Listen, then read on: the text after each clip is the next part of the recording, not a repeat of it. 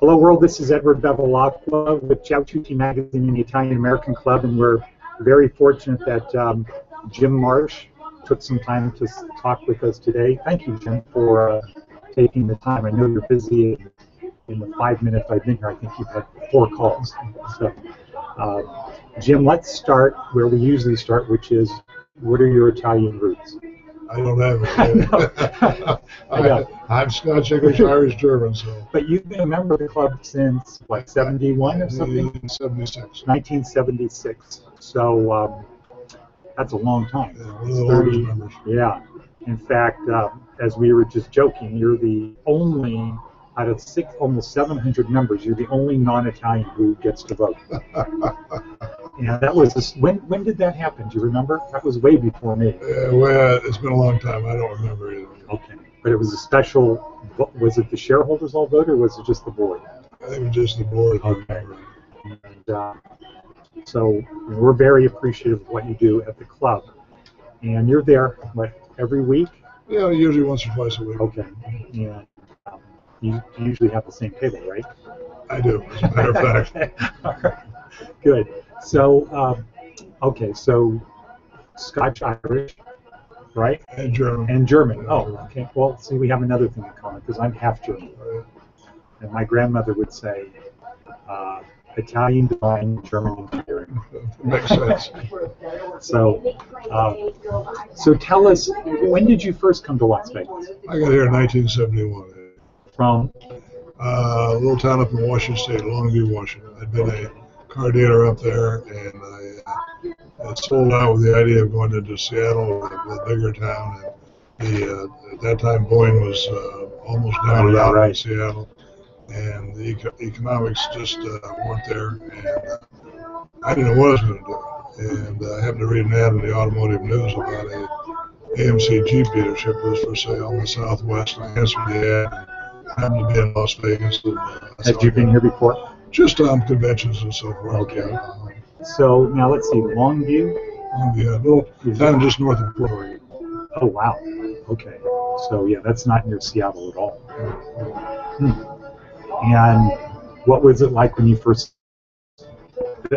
were looking to buy the dealership?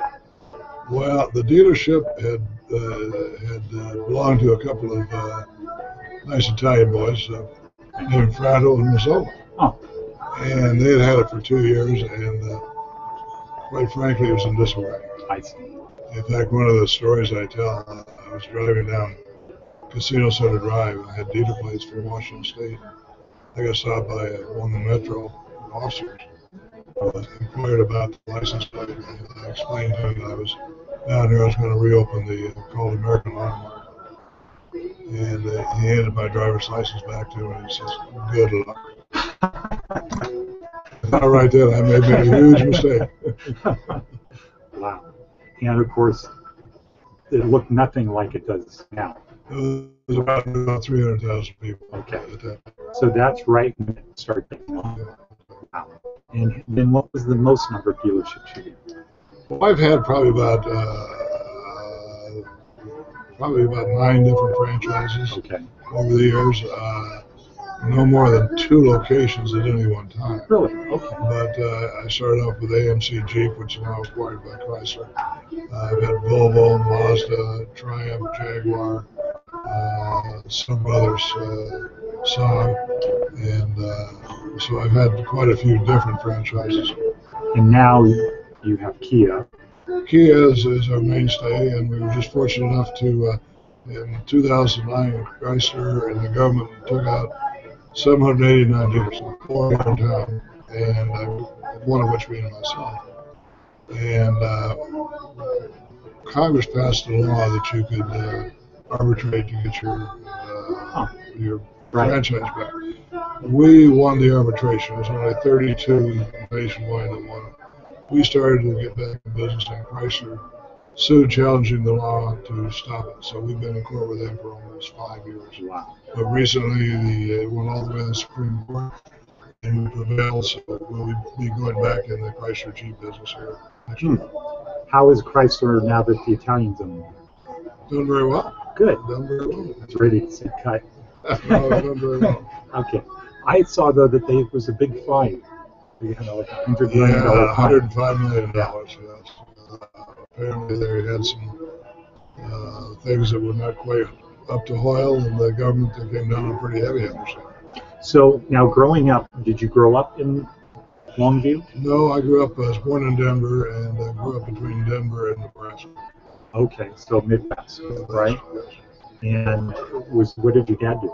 My dad was a Ford dealer in Denver. Actually, my dad was he was first chief of the Colorado Highway Patrol in 1936. He got that, and then during World War II, he was in his military service, and came back and went back to the Highway Patrol for a year, and then he bought into a Ford dealership downtown Denver. So you grew up in business? Yes. And now, I think I met one of was it your grandson at the club? My grandson, yes. He's in the business, right? No, he's not. He's still going to school. Okay. He's still going to school. He's going to be in the business? I don't know. The jury's still out. Okay. Do you have any sons or daughters in the business? I got a daughter, Stacy, but she's a school teacher. She teaches kindergarten for Our Lady of Las Vegas, and she took to that like a duck to water. So I think that's probably. Yeah, what has happened? It used to be you go in the business that your parents were in, your dad was in. What happened to that? Because I have the same problem with my kids. You know, the business has changed so much over the years, and you're exactly right. They've got to be so expensive today. I could no more today come in and get started on this dealership with what I had in '71. They're primarily, a lot of it's corporate owned, and the money on a dealership today is millions and millions to get started. Where 30, 40, 50 years ago, it was $10, $50, $100,000. You get your foot in there, but you can't begin to do it. Well, this is a little bit off topic, but do you expect to see any Chinese cars coming in? Not for a long time. They're just going to sell them in China? Yeah, you know, it's eventually I'm sure they're going to be here, but I think it's a long ways off. They have billions of cars to sell over there, right? The standards, the U.S. standards are so difficult to meet that it discourages a lot of automakers. And I got involved a few years back with a wannabe Chinese startup, and it didn't work out. So. How about scooters? Scooters, I'm really not familiar. Of course, the Vespa, of course, is probably the world premier scooter. Sure. Yeah, I had one at one time, and I gave myself for selling. So you came here, it was 300,000 people, yes. About, and you probably, wherever your dealerships, well, this one is still almost at the end of the universe, right? Pretty close. And now, where was the first dealership? When I first came to town, it was 17th and Fremont. 17th and Fremont. Wow. With Bruce and Fremont. Okay. There's, I think there are a lot of dealerships on, what is Sahara, right? Still? Sahara is still kind of the main automotive, east and west Sahara. And what about Boulder Highway? Boulder Highway is not so much. It's kind of known as the used car, lower-end used car type thing. And so Fremont, 17th. Where was the Ruvo's restaurant? Wasn't it down? What was it called? The Venetian? Well, the Venetian, when I knew it, was there at Heron Valley. Originally, it was downtown before that. Okay. And it had already moved when I got it. Okay. But it was right close to where I lived. Okay. And so you had a family when you moved here? On my own. You were on your own, so you married somebody here, and the city just started growing like crazy. Exactly. Would people come to town with their old cars and trade them in for a new car? No, we used to, more so than today, we used to buy and sell some cars. People would come here and either win money, they'd buy one, or more often they would lose money and they would just sell one. So. And when we were on Fremont Street, it was right close to downtown, so we used to get quite a bit of that. We don't get much of that anymore. So now it's the people who live here. Exactly. And did it used to be that people would have a car for 3 years? The average length of the car back in those days was 5.5 years. Okay. I just read yesterday the average length of the car is 11. The average age of the car is 11.5 years. Now, is that because the cars are so much better, or just the cars are better? They cost more money. People keep them longer. 11 They have longer Wow. warranties. Cars today are much better than they were years ago. Yeah, and the Kia is one of the best, One of the best. right? And it's probably the best for the money, isn't it? Well, it is. They have a 100,000-mile warranty on the drivetrain, which is hard to beat. So back when you were in the 70s, if you had a car that had 100,000 miles, that was rare, right? It was like 50,000 or something. I remember thinking growing up at that stage. So how did you first get involved with the club? Well, when I moved over to Eastern Sahara in 1976, it was right around the corner. And so it was a logical home my watering holes Okay.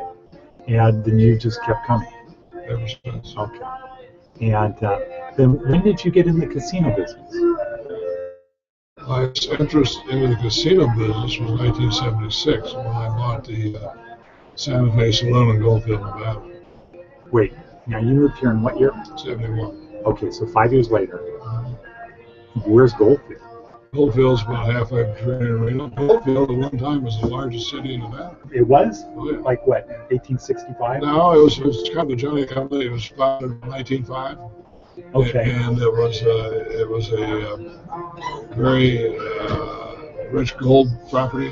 Okay. And the I say it had a population of 25, 30,000 people. Miners?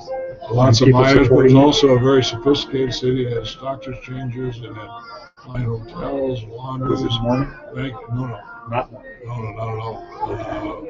I guess because gambling and Banking operations. saloons. But it's Prostitution legal there?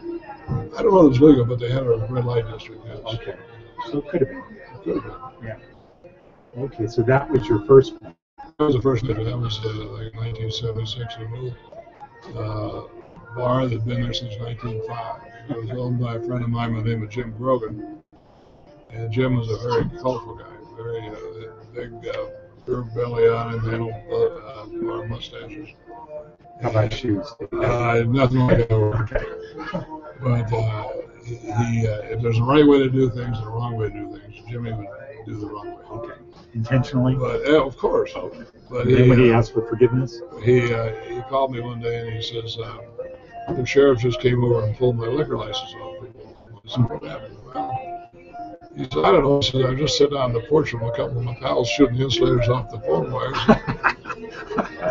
That will do it. They took my liquor license away. I don't understand that. But he says, I need to have you buy this. And he says, I'll get my license back. He says, I'll lease it back from you. Well, I did buy it, and he never leased it back. He ended up passing away. So I've operated it ever since. And does it have tables or just machines? No, at one time, they did have tables. But we had What's the population now? 300. Wow. Yeah, on a good day. Wow. Gas station, One gas station. restaurant or something? One restaurant's open sometimes. Okay, so it's your Kind of casino. an interesting story. The Santa Fe is, like I said, been there since 1905. One of the old patriarchs of John Xenia Baird. And Xenia, as a teenager, was waiting tables at the Santa Fe. And one day, a couple of fellows came in and had lunch and left. And about half an hour later, 2 FBI agents came. And they said, they showed the pictures of these 2 fellows. And they said, you seen them? And she said, yeah, I just served them lunch. Uh-huh. It was Babyface Nelson and his Wow. I stopped to have lunch at the Santa Fe. Jeez. So then what was the next? Did you like the business? I Good did like absentee it. I owner. did like the business, yeah. Just you wake up in the morning, there's just more money. Well, sometimes if they don't steal it from you. Oh, Yeah, I guess there's that problem. I've had my experience. Oh, there. yeah. Oh. So then what? I built the Long Street Inn, which is in Amargosa Valley, right on the north of Toronto, 30 miles, hotel resort. And that was I built that. We opened in 1995 there. And I took on the game at the Mizpah Hotel in Tonopah, Nevada. And why these outlier places? Yeah, good question. I think it must have brain damage. Do you like going to these I places? do. I love going to them. Okay. Well, you have a lot of in your dealership, like kind of the old West type of feel to me. The carpet doesn't feel like 21st century. It makes you feel comfortable for the good old days. And the horse and buggy and all the other stuff that you have here. Do you collect stuff? I do. Big collector of cars? I've got about 8 or 9 classic cars, but I don't compare to some of the other collectors. I'm sorry. Ingolstadt? I don't compare to Ingolstadt. No, You knew him? I did. Was he a pretty good guy? Ralph was a good guy. He was very much of an introvert. He did not become. Very few people got to be very close to Ralph Ingolstadt. Okay. He was kind of older, but a good guy, a very bright guy. There's a few Ingolstadt stories around that I won't share with you today. I've heard some of them, maybe fringes of them. But he just loved cars? He did, and of course his son-in-law Richie Klein was really he was the car guy. Richie's well known, he's a good friend of mine. He's the one that really started. The cars were more Richie Klein than it was Ralph. I see. He just had the money. Yeah, but they were. Usually I say Richie was his son-in-law. Okay. So they were pretty close to us. And when I growing up, the Harris car collection was what I understand was like the biggest. Whatever happened to that? Well, Bill died, and the company that bought it sold off the collection. I have when he sold, when he had his operation going, he had license plates 1 through 110. Wow. And all his cars had the various numbers on them. When he died, they turned those plates into DMV.